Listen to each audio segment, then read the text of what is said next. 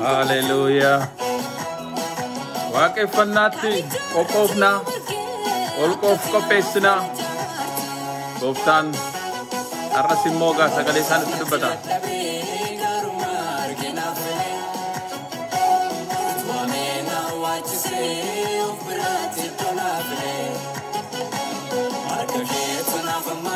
Hallelujah.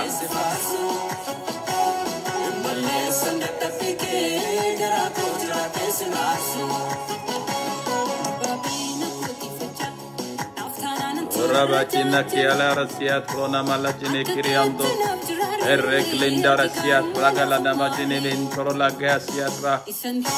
Hallelujah. Oh, hallelujah. Yotania hallelujah.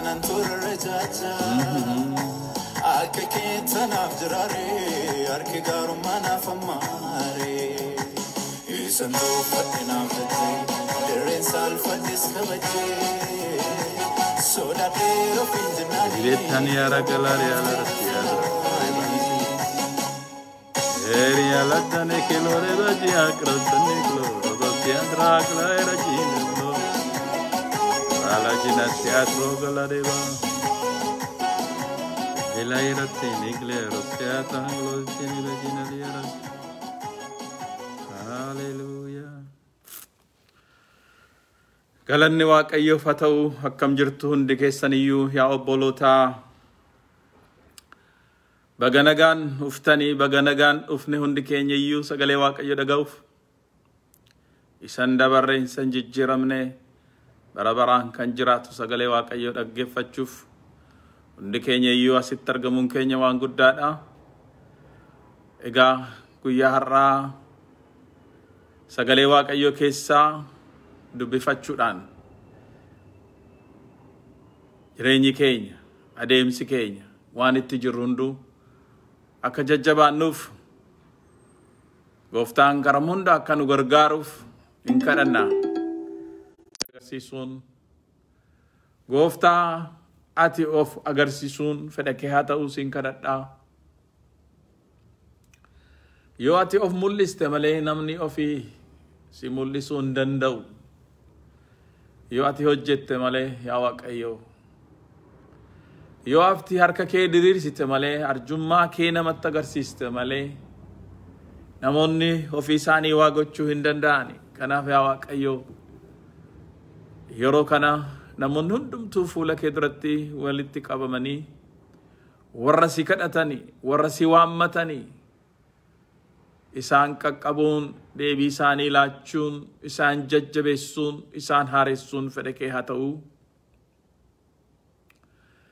Namoonni yaada baay'een qabamaniiru guyyaa kana gooftaa olii gadi fiiguu wanta baay'ee tuttuquu kanas sanas jedhu garuu yaa Waaqayyo tasgabba'anii fuula kee dura taa'uu akka danda'aniif si dhaggeeffachuu akka danda'aniif keessa isaanii qabbanaan guuti.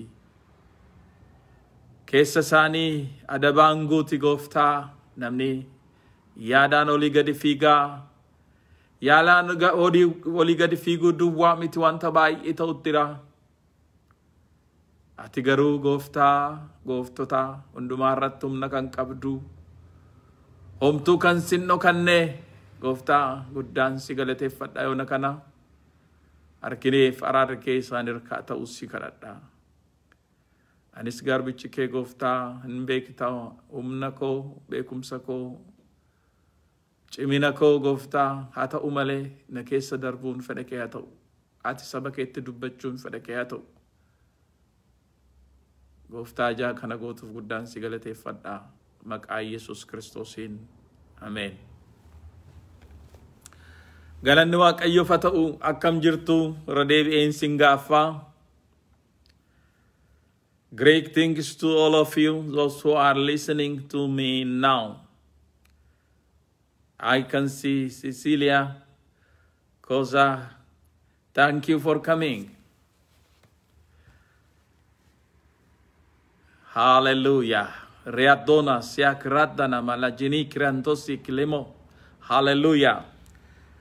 Har'a guyyaarraa sagalee Waaqayyoorraa anin isinii dubbisu macaafa Isaayyaas irratti kan katabame kakuu moofaa keessaa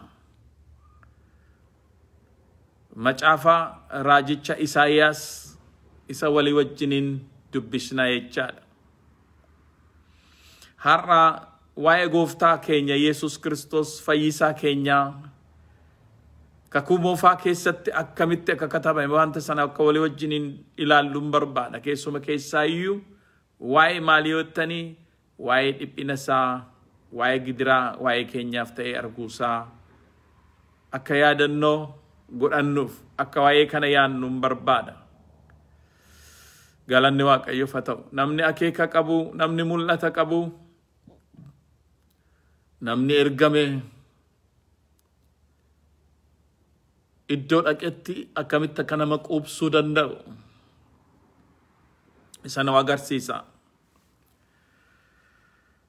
Waaqayyoonus nuun nu ergeera akkamittiin Waaqayyo akka quubsinu.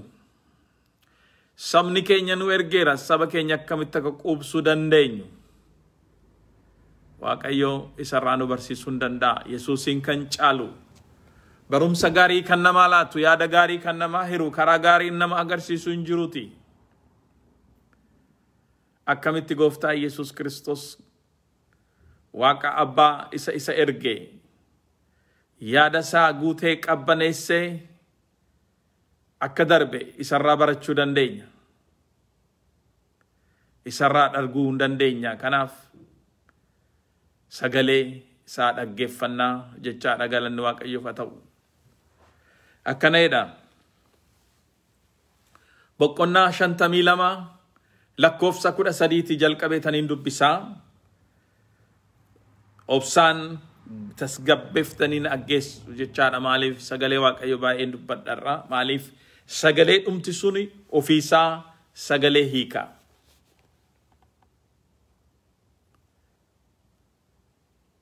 Hallelujah. Araarseen baga nagaan dhufte. Oh hallelujah. Akkanadha. Waaqayyo kunoo hojiin garbicha kootii walin qixxaataa fi jedhee dubbata. Inni ol hin fudhamaa, hin guddataa, baay'ees ol hin qabamaa. Haa ta'u iyyuu malee akkuma namoonni yeroo isa argan na'anii dinqisiifatanii akkasuma danaan garbicha kooti danaan garbicha koo waan badee fi danaa jechaan angni isaa qaamni isaa garbichi koo waan badee fi bifni isaas kan ilmaan namootaa fakkaachuu waan didee fi sabni baay'een isa hin dinqisiifatu. Wanta durii hin beekne, wanta dur hin beekne amma hin argu, amma hin hubatu. Kanaafis mootonni isa duratti afaan hin qabatu jedhee dubbata waa'ee garbicha isaa. Eenyu garbichi kun jettanii yaaduu hin dandeessu. Geeddarumsa kan fidudha. Yaada haaraa nama keessatti kan uumudha. I'm just reading Isaiah chapter 52 from verse 13 through. So I stopped now at the end of the chapter 15, verse 15. Kanafi, kanarrat abbannetu, sagale waaqayyo kan ilaalu, garbicha koo, isan anitti gammadu, namoonni is arganii kannaani, ololan qaba, ololan kaasa, jedhee dubbata waa'ee garbicha isaa waaqayyo. Waaqayyo sin kaasnaan, waaqayyo akeeka sin irratti qabataanaan, eeyyee akeekuma waaqayyo sin irratti raawwata. Akka yeroo baay'ee dubbadhu biyya lafaa kana keessummaa taanee dhufna malee bara baraan keessa jiraachuuf miti. Baritti akka keessummaa keessa dabarru kanatti immoo waaqayyoon gammachiisne iddoo waaqayyo bara baraan nuu qopheessetti.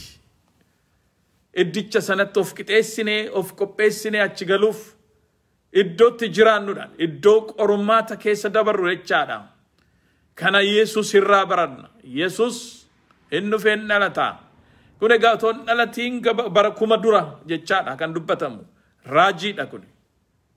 Nullee dubbifanneerra sagaleensaa jira kakuu haaraa jenneeyyuu. Jaroonni yeroo kana dhagaan garuu waa'ee Yesus Kiristoos isaaniif abjuudha malee maal akka ta'e hin beekani. Bara Isaayyaas raajii kana dubbatu waaqayyotti mul'atee isaaf dabarsutti jiru kana bara sana warri jiran garuu maa inni odeeffamu jechuu danda'u, maal jechuu isaaniiti jechuu hin danda'u, maaltu ta'utti jira, maal namatti himu jechuu hin danda'u. Akkuma namoonni amma waa'ee sagalee waaqayyoof hafuura waaqayyoo toon argatiin jiraatani waaqayyo bitaatti galu jechuudha. Yeroo sana isaanittis immoo wanti kun ifaan turre, ifaa ta'uus hin danda'u. Maaliifi waaqayyo gara fuulduraatti ta'uun kan jiru dubbachuutti jiraayyuti. Garbicha koo jedha. Garboota koo jechuutti egaa. Inni egaa Yesus keessatti nuun ilaalee dubbata jechaadha. Yesus keessatti nuun ilaalee gara fuulduraatti bara ammaas ta'e nu dura warri turani obboloonni keenya abboolliin keenya kan keessa darbuun isaaniif ta'u sana dubbachaa ture jechaadha. Hanna dinqisiisu garuu maal jedha?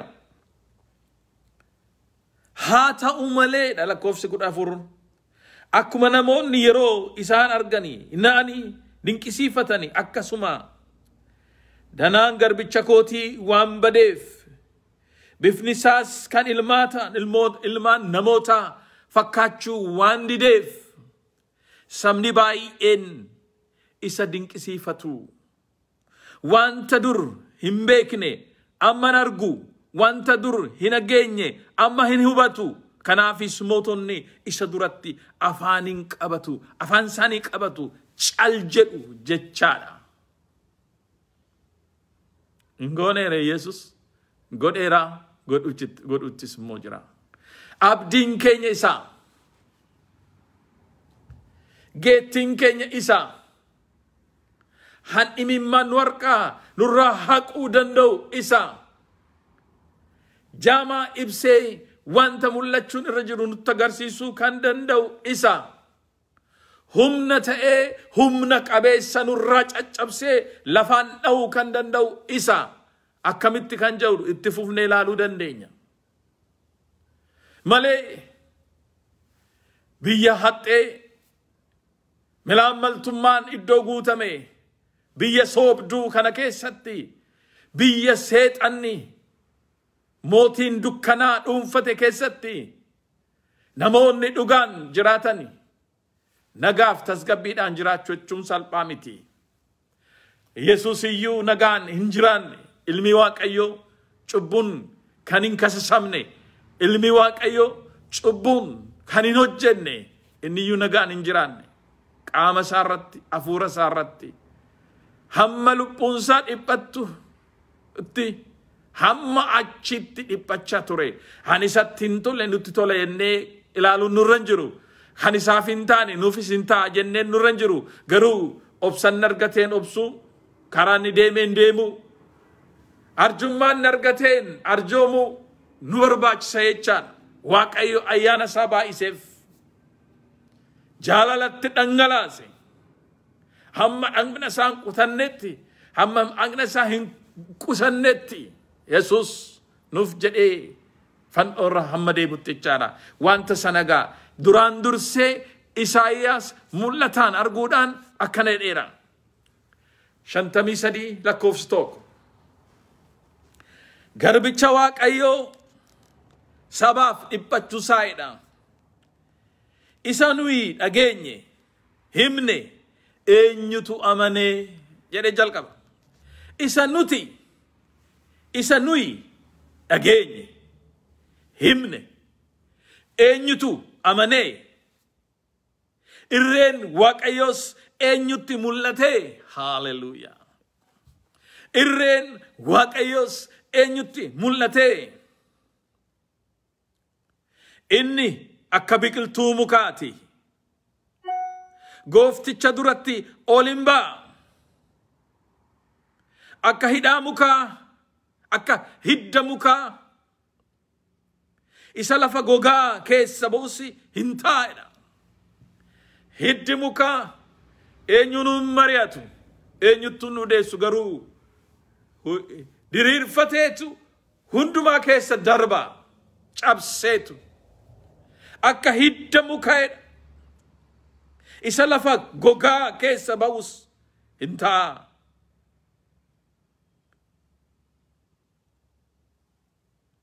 Simboodhaaf surraa waan hin qabneefi nuyi isa ilaaluu hin jaallanne miidhagummaa waan hin qabneefis nuyi hin mararre jedhee dubbata sagalee Waaqayyoo. Bara ammaas waa'ee Waaqayyoo kun kanuma fakkaata. Namoonni biyya lama mararsiifachuu hin dandeenye balleessuu barbaadu. Ija isaanii duratti tuffatamaa fakkaatee ijaa mul'atuuf yaadni isaanii duukaa bu'uu hin dandeenye. Yesus yeroo mul'atu sana fakkaata.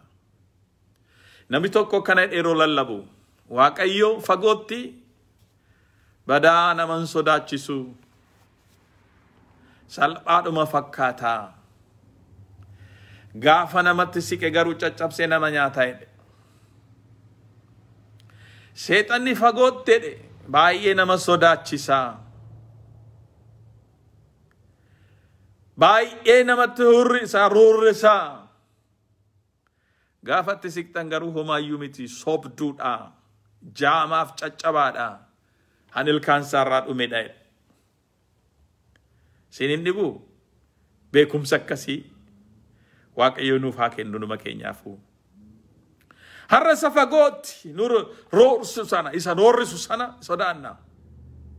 Garuu isa ayyaana isaaf nagaa isaatiin aduu nuu baasee qilleensa nuu qilleensisee nu jiraachisu Waaqayyoon akka salphaatti ilaalla. Gaafa nutti siqe garuu hamaadha. Yoo amantiin fudhannee wajjin jiraanne malee, yoo isa kabanyee wajjin baanee galle malee sodaachisaadha. Seexan inni fagootti nama sodaachisee nama bituu barbaadu garuu sinitti hin fakkaatin maqaa Yesuusin hin burkutaa hin hurraa. Yeroo inni kuf beektu muka dameessaarraa yoo kuttani yoo rafatti bu'u hadduu gaafadhu akkasuma kan jige. Akkuma bakka Waaqarraa yeroo bu'u kufuun argee Gooftaa Yesuus Kiristoos Luqaas boqonnaa 10 irratti otoo dubbistanii lakkoofsa 17 jalqabdanii. Kanaaf waa'ee Waaqayyoo kana akka salphaatti ilaalu jedhee dubbata Isaayyaas. Waa'ee Yesuus isa namaaf jedhee duru garbicha Waaqayyoo kana akka salphaatti ilaalu jedhee fudhata. Har'as mana Waaqayyoo keessattis ta'ee biyya lafaarratti namoonni baay'een waa'ee Waaqayyoo kana akka salphaatti ilaalu barbaadu. Yeroon kennaniif, yaadan kennaniif, waan baay'eedhaan immoo warra rakkisaa wal cinqaa oolu. Kanaaf Waaqayyo kana nu barsiisa.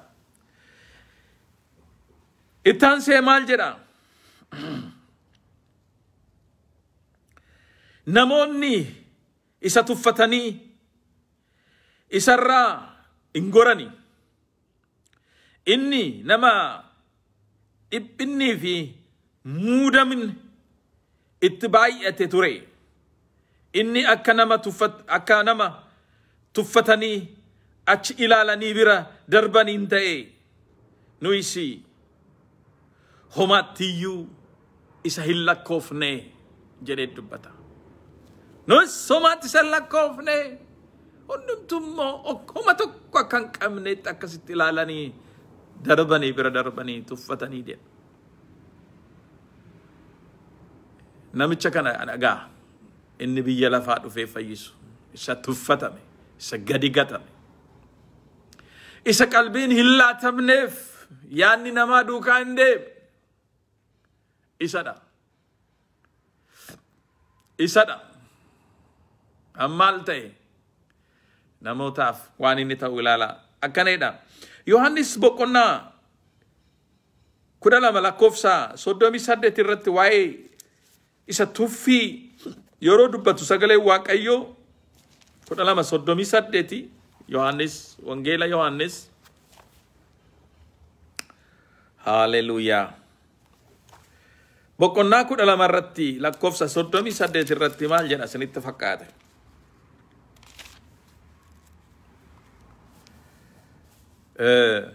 Akkanedha. Isaan amanuu hin dandeenye. Isaayyaas itti dabalee moo'edha. Isaan amanuu hin dandeenyedha. Isa nuti dubbanne eenyu amanalee isa jedhuuf jechaadha. Kanarratti Yohaannis illee wangeela yeroo katabe sana akkana jedhee ture. Eenyu amanalee? Rakkisaadha waa'ee gooftaa Kiristoos dubbachuun kuni garuu isuma rakkisaa ta'e kanatu bara gidiraa gara dhiphinaa sana keessa darbee yoo naga'e jechaadha. Lakkoofsa 4 irratti akkanedha. Inni garuu eenyu garbichi Waaqayyoo dhumarratti kakuu haaraa keessatti Yesuus inni jedhamu.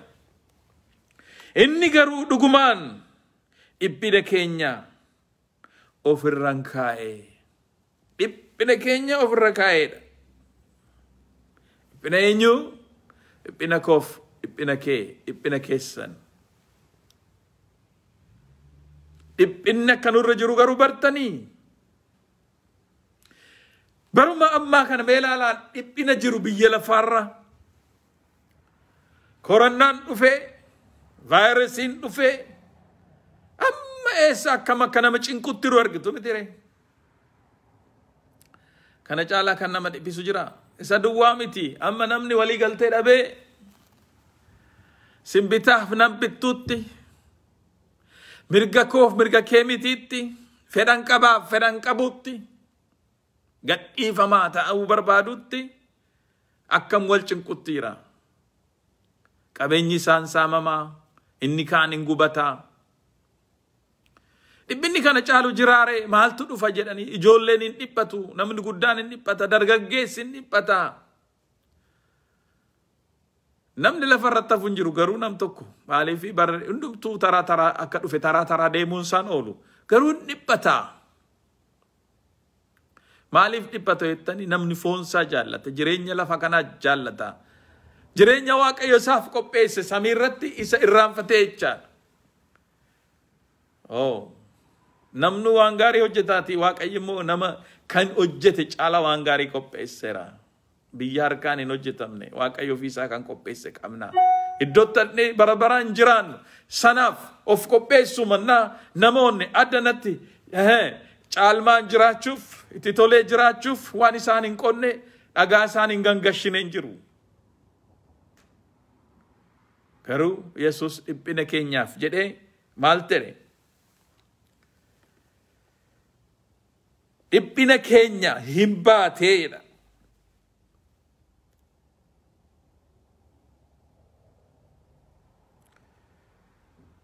Muddama keenyas hin baate. Muddama keenyas jechuu kote naadhiisa. Muddama keenyas hin baate. Dhiphina keenyas ofirra kaa'e.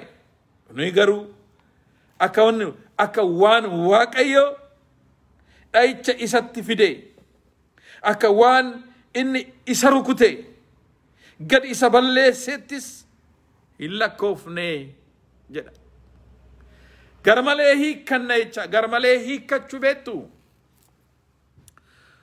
Amma yoo namni nama gargaare garmaleetti hiikkata namni. Yoo namni nama wajjin naasa'es garmaleetti hiikkata. Yoo namni nama gorses garmaleetti hiikkata. Garmaleetti hiikkachuun kun duris ture jechaan amma akka jiru jechuudha. Hiikka garmalee kana keessaa Waaqayyo nu haa baasu. Hiikka garmaleetti hiikamu. Kanaan kan ka'e yaanni namaa xuraa'u, adeemsi namaa xuraa'u, jireenya namaa xuraa'u, bittinnaa'u Waaqayyo namaa oolchu. Bara sanas waan inni ta'uuf jiru kanarratti namni garmaleetti akka hiikkatu kunuu raajii irratti dubbatamee ture. Seenaa Yesus Kiristoos fannoosaa yeroo fannifame sana waan ta'u kan agarru sun hundumtuu katabameera jechaadha. Inni isaaniif du'a isaan immoo nugusa Ayihud egitaate mootii Ayihud egitaate fannoorraa of buusika itti baacu turani. Inni garuu isaaniif du'a ture. Ammas yoo ta'e nama isaaniif laffa'u nama isaaniif rakkatu namoonni gaariin hin simatanii. Gaariin hin simatanii. Waaqayyo nu haa gargaaru. Waaqayyo nu haa gargaaru. Inni garuu jedha balleessaa keenyaaf in waraaname, sababii yakka keenyaafis reebame, in caccabsame, nuyi nagaa akka argannuufi inni hin adabame jedhe dubbata. Kun hundu nuyi jedha. Inni kan hundaa ta'e. Nuuf jedhe inni kan hundaa ta'e jedhe dubbata. Kana garuu namni beeku hin jiru. Yoo nama nyaachisu, yoo nama simatu, yoo nama ammatu nam tokko, yoo nama gargaaru, aha, maaliif na gargaare, maaliif na simate, maaliif as na kaa'e. Garbicha sana gochuufi ani garbichan ta'u ani gooftaan ta'aaf malee jedha namni immoo.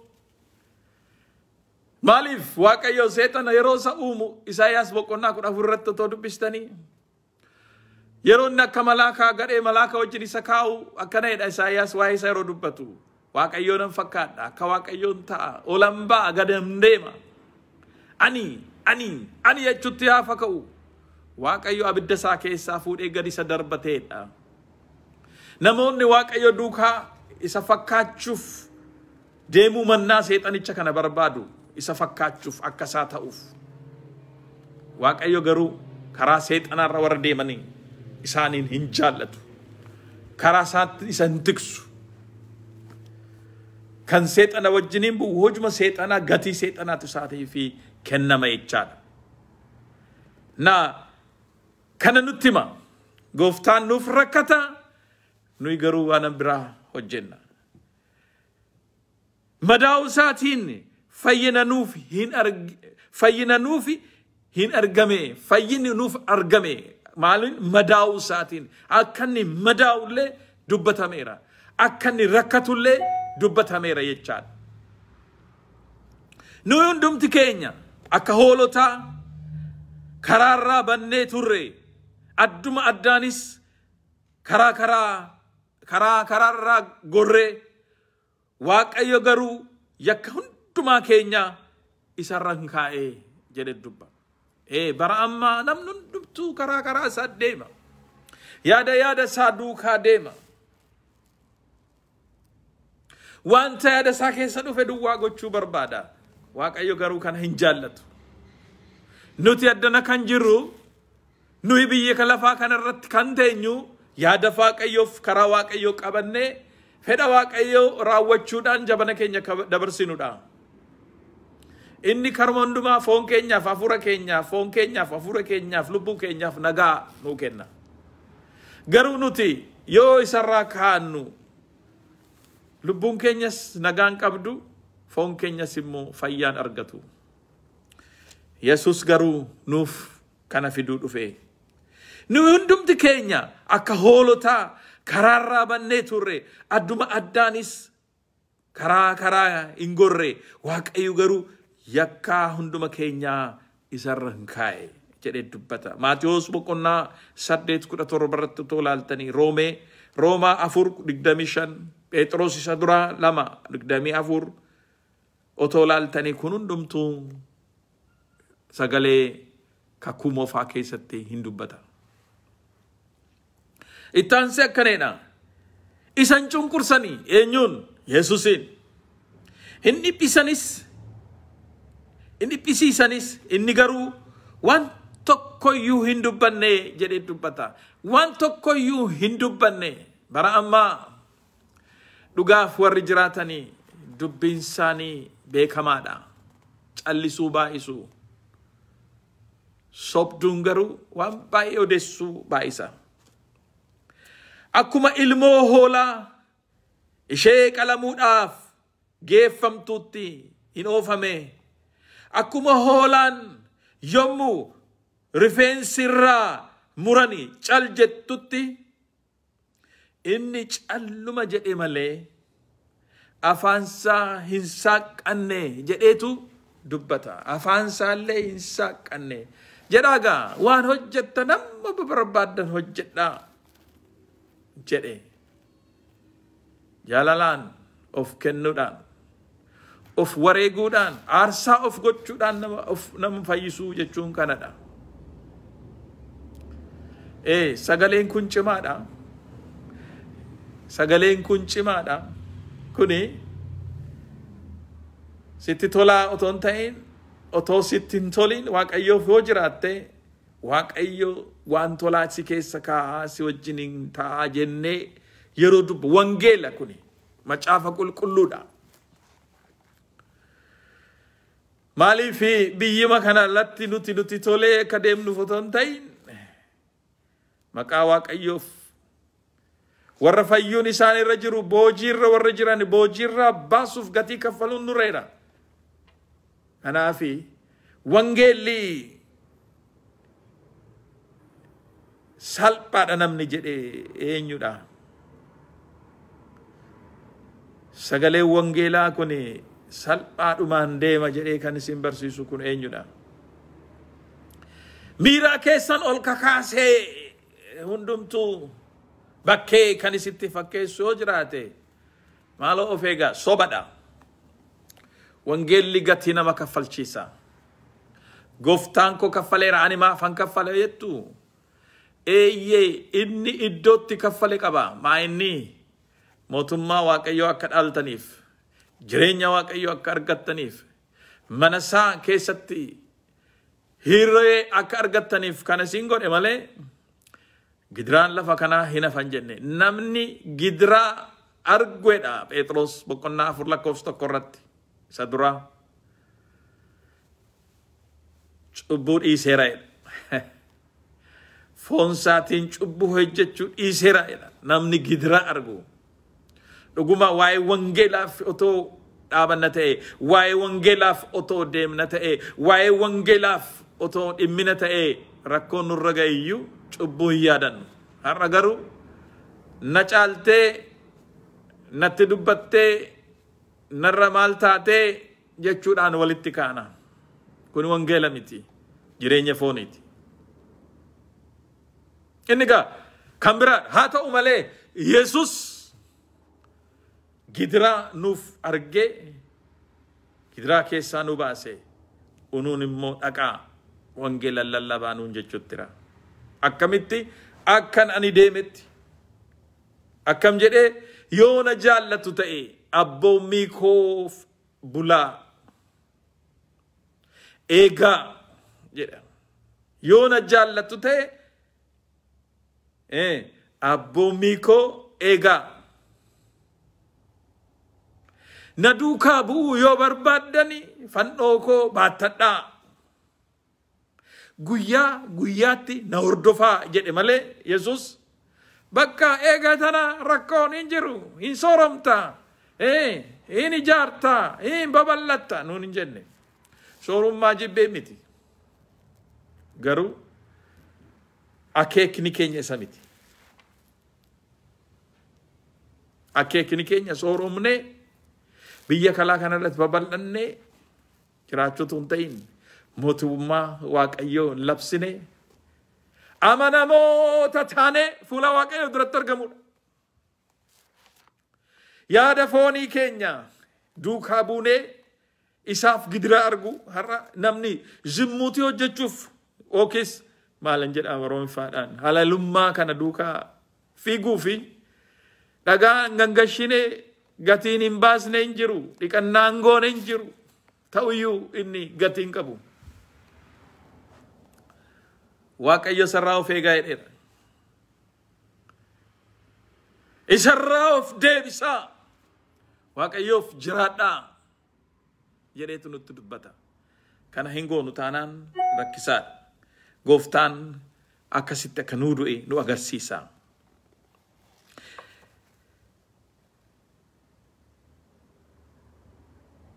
Galanni Waaqayyoof haa ta'u.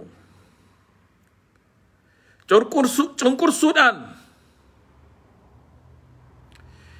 itti faradame, hin ajjeefame, hidda dhalootaa eenyutu himaree? Hidda dhalootaa eenyutu himaree? Biyya warra jiraataa keessaa hin balleeffame, balleessaa saba kootiin hamma du'aatti hin adabame jedha sagaleen isaa. Inni jal'ina tokkollee hin hojjenne, gowwoomsaa afaan isaa keessaa hin baane. Awwaalli isaa warra jalloota gidduutti yaadamee ture, inni garuu warra sooressoota gidduutti hin awwaalame jedhee dubbisa. Dhumni isaa iddoo gaariidha. Rakkinaaf badisaaf osa kaanii. Maarqoosiin dubbisuu hin dandeessu, mul'ata Yohaannis dubbisuu hin dandeessu, hunduma kana keessa jira. Waaqayyoodha isan dhiphise maaliif? Waaqayyo isa inni dhiphise sana caccabsuun jaalala koon ta'e, inni lubbuusaa aarsaa sababii yakkaatiif dhiyaatu godhee yoo dhiyeesse sanyiinsaa arguuf jira. Sanyiisaa arguuf jira. Jabannisaas hin dheerataaf. Jaalalli koo karaa isaa in raawwatamaa jedhee dubbata. Galanni Waaqayyoof haa ta'u. Jaalalli koo karaa isaa in raawwatamaa.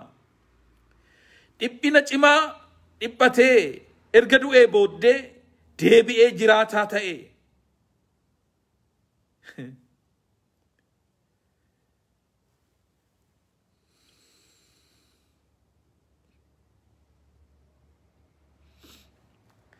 Garaa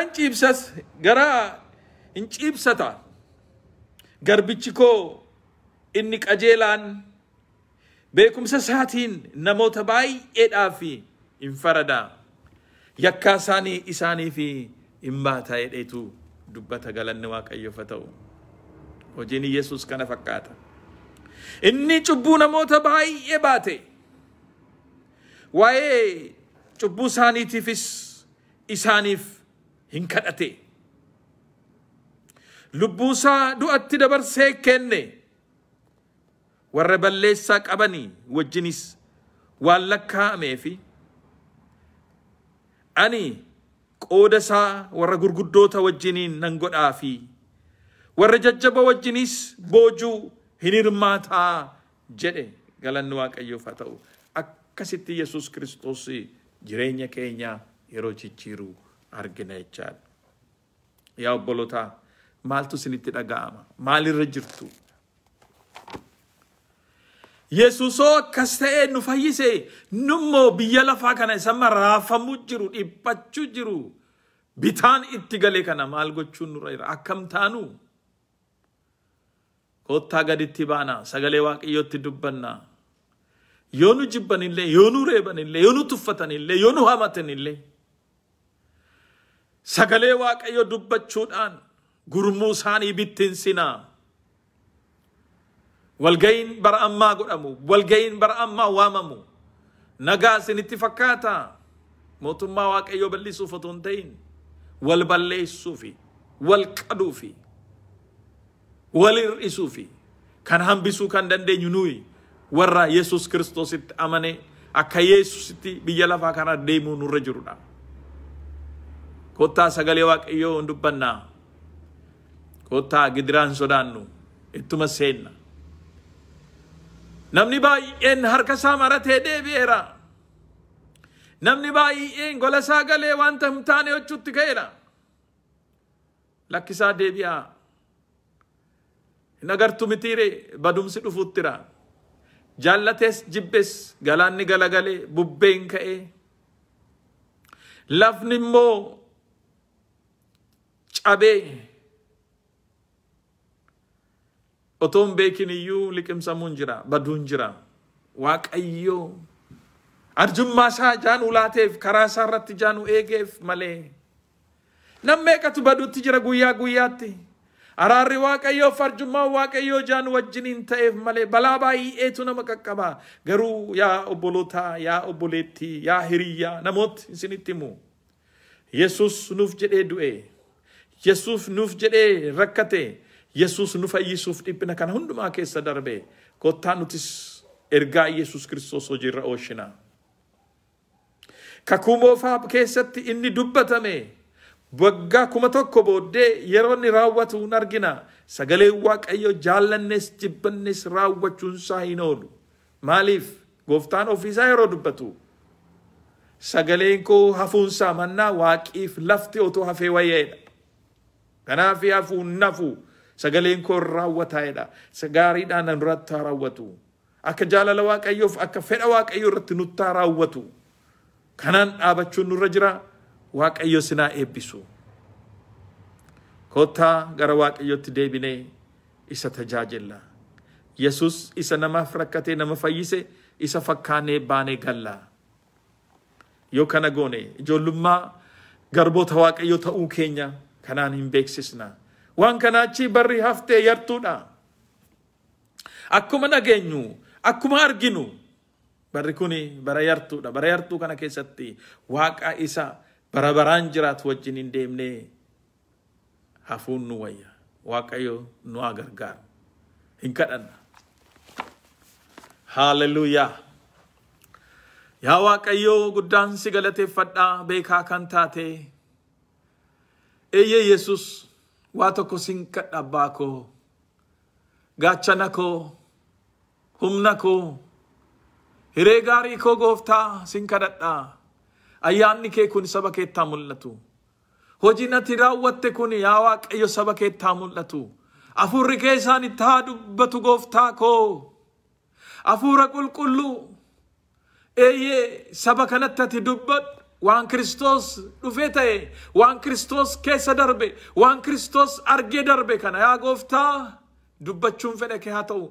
Maaloo calnuun jedhin gannunni isin gooftaa sidha kan nu wajjin jiru jedhameeroo hannu gaggeessu, kan nu gorsu, kan nu adabu, kan nu agarsiisu, kan ija keenya banu sidha jedhameera yaa hafuura qulqulluu. Sin kadhadha saba kee gurra bani, saba kee ija isaa bani, saba kee laphee isaa bani, saba kee yaada isaa ibsi. Gooftaa amma yoomitti dukkana keessa deddeebina ree? Hammamitti hojii dukkanaa kana hojjechuutti jiraanna ree?